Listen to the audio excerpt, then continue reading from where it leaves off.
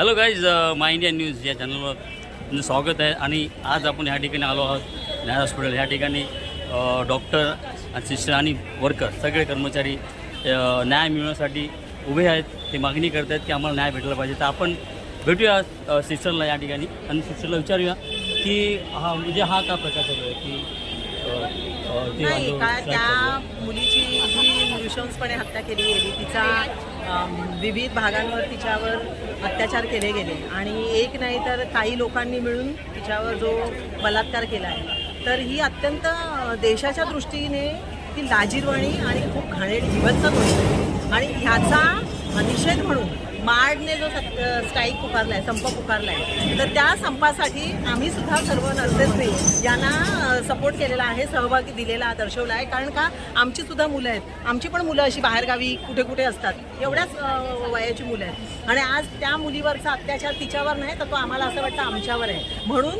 तिचा पण तिच्यावर अन्याय करणाऱ्या प्रत्येकाचा तसाच अवयव कापला गेला पाहिजे. त्यांचेही तुकडे व्हायला पाहिजेत. नुसती फाशी देऊन उपयोग नाही, हो बरोबर, त्याचेही तसेच तुकडे व्हायला पाहिजे. म्हणजे फ्युचरमध्ये ह्या गोष्टी घडू नये म्हणून ह्या गोष्टीचा तुम्ही स्ट्राईक चालू केलेला आहे. खूप छान केलेलं आहे. आणि तरुण वर्ग पण उभा आहे, डॉक्टर आहेत,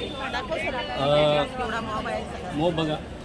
तर असं सगळीकडे जर स्ट्राईक चालू केली किंवा आंदोलन केलं तर निश्चित न्याय मिळेल, मला असं वाटतं. तर ठीक आहे, अरुंधती बोलली ते बरोबर आहे, त्याला शिक्षा झालीच पाहिजे. जे काही घडलं आहे ना, याविषयी डॉक्टरांना असे अत्याचार वगैरे होऊ नये या गोष्टीकडून अगदी हे जे होत आहे सध्या हे बरोबर. तुम्ही सर तुम्ही काय मानता काय तुमची बाजू की या गोष्टी घडत आहेत त्या चुकीच्या आहेत आणि होऊ नये, यापुढे अशा गोष्टी होऊ नये आणि प्रत्येकाने उभं राहायला हो, पाहिजे. प्रत्येक नागरिकांनी उभं राहायला पाहिजे. काय डॉक्टरच काय प्रत्येक कोणावरही असा अत्याचार झाला. हमारी ये मांगे है कि जो भी अगर किसी भी लड़की के साथ किसी भी तरह का अन्याय हुआ तो उसके लिए एक प्रॉपर चैनल चाहिए. कोई तो ऐसे डॉक्टर्स हो, कोई तो लेडी डॉक्टर्स हो जो 24 आवर्स अवेलेबल हो. अगर किसी लड़की के साथ किसी भी तरह का बुरा व्यवहार हुआ तो उसके लिए एक स्ट्रिक्ट गाइडलाइंस चाहिए इन दिस हॉस्पिटल. और हम चाहते हैं कि स्टेट गवर्नमेंट से मांग चाहते हैं कि स्टेट गवर्नमेंट लड़कियों की सेफ्टी के लिए, वुमेन सेफ्टी के लिए, डॉक्टर्स के लिए ऐसी क्या चीज़ें कर रही है. अगर इस घटना के बाद भी अगर सरकार चुप रहेगी. और सबसे इम्पोर्टेंट बात और है, जो कोलकाता में आफ्टर दिस जीनियस एक्ट अगले दिन ही 5,000 का मॉब वहाँ पे आया था. वो 5,000 का मॉब में was that a lack of intent or was that a lack of intelligence? 5,000 का मॉब एक जगह पे हुआ. Why the state government is not taking the responsibility? Why the chief minister is not taking the responsibility?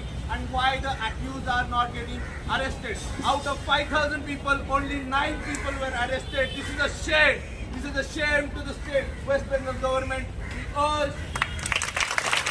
जारी रखना है सबको, आजाद मैदान सबको आना है.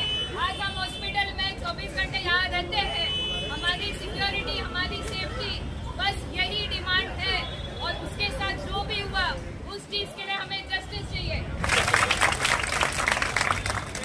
तमाम बंधू आणि बहिणींनो, मला फक्त सांगण्याची इच्छित आहे की जो CBIला तो दिलेला आहे, पण CBIने आतापर्यंत काही बोलले नाही. आमचा अल्टिमेटम आहे 72 घंट्यामध्ये तिथे काय झालं ते आम्हाला CBIने इन्फॉर्म केलं पाहिजे. ही एक आमची मागणी आहे. दुसऱ्याची सगळ्यांची सेफ्टी झालीच पाहिजे, डॉक्टरांची तर झालीच पाहिजे, पण बाकीच्या महिलांचीही झाली पाहिजे. हा लॉ फक्त आपल्यासाठी लागू होणार नाही तर प्रत्येक नागरिकांसाठी लागू होणार आहे. ह्यासाठी आम्ही ही एक आमची तिसरी मागणी आहे. बस एवढंच. आणि बाकी जसा आता 5वा दिवस आहे, हा आंदोलन तीव्र होत चाललेलं आहे. जसा सिस्टर लोकांनी जॉईन केलं, डेंटलनी, फिजिओथेरपी, येत्या काळामध्ये अजून लोक जॉईन होतील, अजून तीव्र होईल. जोपर्यंत सरकार ऍक्शन घेणार नाही, आमच्या पेशंटचं वाट पाहू नका. हात तोडून पुढे जाईल, तेव्हा तुम्हाला हे कंट्रोल होणार नाही. आता पूर्ण हेल्थ सिस्टीमची कल्पना झालं, फक्त लढत आपलं बाकी आहे. तेही 2-3 दिवसामध्ये जर इमर्जन्सी बंद केली तर हे लोक पूर्ण रोड येतील, कोणी कंट्रोल करू शकणार नाही. असं होऊ नये हीच मी सरकारच्या वती प्रार्थना करत आहे. तुम्ही लवकरात लवकर काय ते निर्णय घ्या. Thank you. We want only justice. जसं मॅडम म्हटलं की आपण हे सगळे जाऊ दे, पण फक्त आपल्याला जस्टिसमध्ये प्रोटेक्शन पाहिजे. सेंट्रल प्रोटेक्शन ॲक्ट यासाठी आपण सगळे लढतोय. आणि मी इंटर्सतर्फे, अस्मी ऑर्गनायझेशनतर्फे जे काही डिसिजन घेईल त्याप्रमाणे आमचे 100% इंटर्स हे या आंदोलनात सहभागी होतील. उदाहरण देते मी, ऑस्ट्रेलियामध्ये एक ड्रायव्हर महिला होती आणि आपला पत्रकार होता भारताचा, तो रात्री 2:30 वाजता ती ड्रायव्हर महिला 24 वर्षाची होती. तर तिला विचारतो एवढ्या रात्री ती गाडी टॅक्सी चालवते तुला भीती नाही वाटत? तर ती म्हणते माझ्या केसाला पण धक्का लागला तर माझं सरकार गप्प बसणार नाही, तो जिवंत जाऊ शकत नाही. एवढी ठाम तिला विश्वास होता आपल्या सरकारवर. आपल्याला काय आपल्याला घराच्या बाहेर पडलं की आपण आपल्या मुली परिचारिका कामगार बंधू भगिनींनो, खूप मोठी घटना, अतिशय वाईट दुर्दैवी घटना आपल्या देशात वारंवार घडत आहे. ही पहिली पण नाही आणि ह्याचं शेवट पण नाही. शेवट करायचा तर सरकारने ठरवलं तर सरकार अशा घटनेचा शेवट करू शकतो. 24/7 सर्व करतात.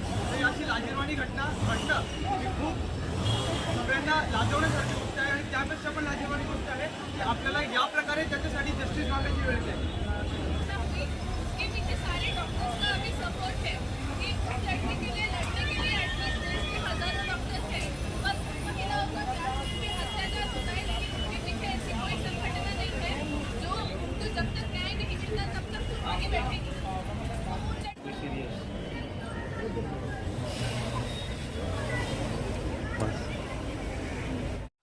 तर आपण आज पाहिलं असेल स्ट्राईक, डॉक्टरने स्ट्राईक केलेली आहे आणि आपण याची मनोगत ऐकूया. तर डॉक्टर आपलं नाव? माझं नाव डॉक्टर मुजीब शेख. हां, या प्रकरणाबद्दल सांगू शकता का तुम्ही? तर हे सगळं काही पण झालं आहे ते सर्वांसाठी खूपच वाईट गोष्टी आहे. तर सगळ्यांना हे जे काही तिकडे चाललं आहे कोलकातामध्ये त्यांच्यावरती अटॅक झाला त्यांचा खूपच आम्ही सगळं निंदा करतो आणि इकडे आम्ही थोड्या दिवसासाठी हे ड्युटी आमची स्टॉप केली आहे.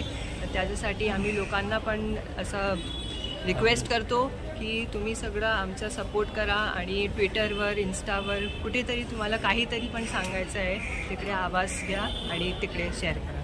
बरोबर डॉक्टर, बरोबर सांगतो तुम्ही की प्रत्येकाने जर आवाज उचलला तर ह्या गोष्टी कमी होतील आणि न्याय मिळेल. आपण ह्या ठिकाणी पाहिलं तर स्ट्राईक डॉक्टरने केलेले आणि न्यायासाठी हक्कासाठी ते खाली आले, बसले, सगळे एकत्र आले. तर मॅम तुम्हाला काय मांडायचं का या गोष्टीबद्दल? सुरक्षितता, जे जनसेवा सार्वजनिक रुग्णालयात, मी फक्त सार्वजनिक रुग्णालय नाही म्हणणार कारण खाजगी रुग्णालयात पण मोठ्या प्रमाणात जे काही शोषण होतं सर्वच महिलांचं आणि सार्वजनिकमध्ये तरी थोडी कायद्याची भीती असते पण प्रायव्हेट हॉस्पिटलमध्ये तर बिलकुल कोणाचे कायदा कानून कसलाही लागू नसतो. पण महिलांची सुरक्षितता, काम करणाऱ्या महिलांची सुरक्षितता हा जेव्हा मोठ्या रुग्णालयांवर येतो तेव्हा तो गंभीर आहे.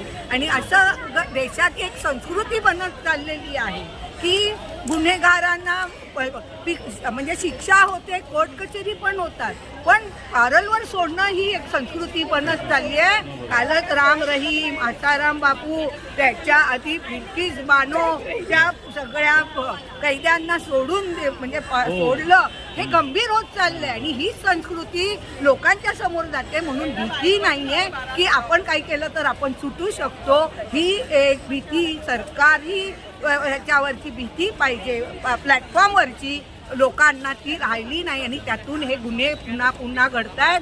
कालच्या कलकत्त्यामध्ये पण व्यक्तीला म्हणजे मारून टाकलं, बलात्कार करून. 42 वर्षापूर्वी आमच्या शानबागची परिचारिकेची अशीच अवस्था केली होती. ती 42 वर्ष अंथरुणात होती, तिला सांभाळल्या परिचारिकांनी. हे जर सगळ्यांच्या बाबतीत नाही असं होऊ शकत. अरुणा शानबागला ते मिळालं, पण असं खून करून निर्गुणपणे मारून टाकण्यापर्यंत जर संस्कृती बनवायचा इरादा सरकारचा असेल तर तो आम्ही होऊ देणार नाही. तो त्यांना ते थांबवावंच लागेल. त्यांची जी संस्कृती भारतीय संस्कृती म्हणतात ती अशी नाही आहे हे सांगायची वेळ आता सामान्य लोकांवर, कर्मचाऱ्यांवर, कामगारांवर, परिचारिकांवर, डॉक्टरांवर आली आहे. हे कलकत्त्याच्या प्रकरणावरून सिद्ध होतं आणि ते आम्ही होऊ देणार नाही. मुंबईतल्या देशात पण असं होताना आम्ही होऊ देणार नाही ही आमची मागणी आहे. आणि म्हणून जिथे डॉक्टर बसले, आज डॉक्टरांवर झालं, नर्सेसवर पण कोणावरही होऊ शकतं, कुठल्याही बाईवर. पुरुष पण नाहीये, फक्त डॉक्टर. सुरक्षितता राहिलीच नाहीये. डॉक्टरांची, महिलांची सुरक्षिततेचा प्रश्नचिन्ह निर्माण केलेला आहे. तर ते प्रश्नचिन्ह त्यांनी लवकर घालवावं, नाहीतर तीव्र आंदोलन सगळ्या देशभरातून होऊ शकतं, मुंबईतून होऊ शकतं. मॅम तुमचं नाव काय? मी Trishila Kamble, municipal nursing and paramedical staff युनियनची जनरल सेक्रेटरी आहे आणि आमच्या परिचारिकांचा पण याला पाठिंबा आहे. नक्कीच आता एवढा भला मोठा पाठिंबा होत असेल तर मला वाटतं नक्कीच त्या न्याय मिळेलच. आणि सरकारही, आता मी मगाशी ऐकलेलं की काही बाहेर ठिकाणी असं सरकार आहे की ती व्यक्ती बिंदास फिरते रात्रीचं आणि तिच्या एका केसालाही ढकल लागत नाही, शांतपणे बोलते की मला काही होणार नाही, कारण की आमचं सरकार आहे. नाही ना झालं. आणि ह्या ठिकाणी ह्या गोष्टी दिसत नाही. ही संस्कृती रुजवत आहे. बिल्किस बानोच्या प्रकरणात हे सिद्ध झालेलं आहे की त्यांना बाहेर काढलं नंतर मग याचिका दाखल केल्यावर त्याच्यावर निर्णय घ्यायची सुरू झाले. पण 12च्या 12 जण, आणि तेही स्वातंत्र्य दिनाच्या आदल्या दिवशी निघतात.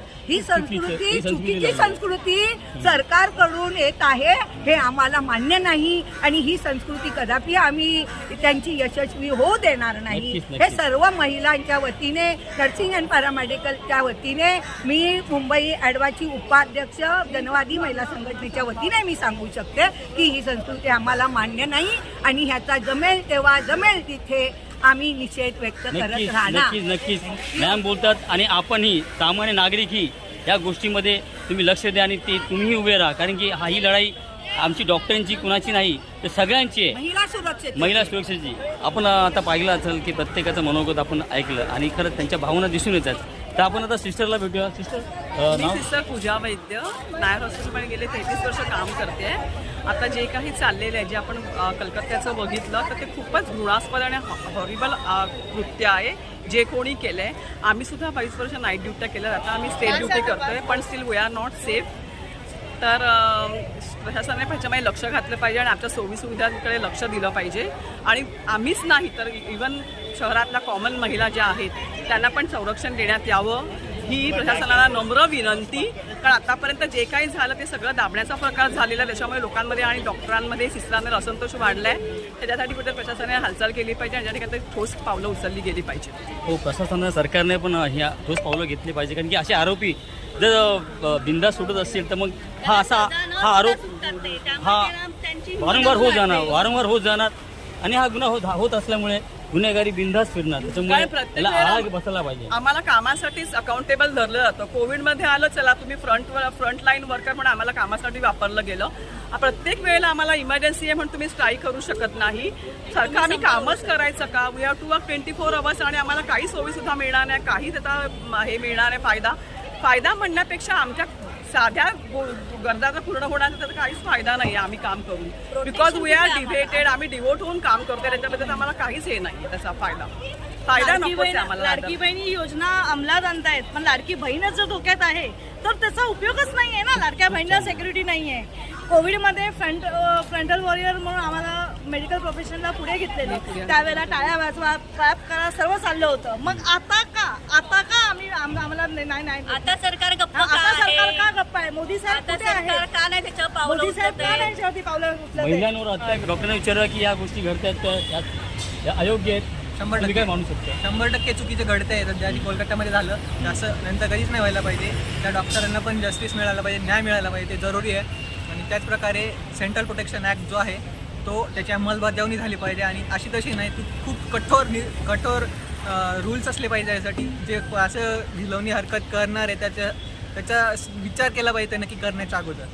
तुमचं नाव डॉक्टर तुम्ही का म्हणू शकता? हो, मला हेच म्हणणं आहे की हे जे क्राईम झालेलं आहे हे फक्त आपल्या घरातलं नाही, आपल्या शहराचं नाही, ते पूर्ण सोसायटीचा प्रॉब्लेम आहे. आणि सगळ्यांनी येऊन इकडे आम्हाला हे करायला पाहिजे किंवा ज्या कोणत्या क्षेत्रात आहे त्यांनी त्या प्रकारे त्यांना प्रोटेस्ट निषेध जाहीर केला पाहिजे आणि आम्हाला या गोष्टीमध्ये सपोर्ट केलं पाहिजे, ताकी आम्ही पण तुम्हाला नंतर सपोर्ट करू किंवा नंतर सेवा देऊ शकू.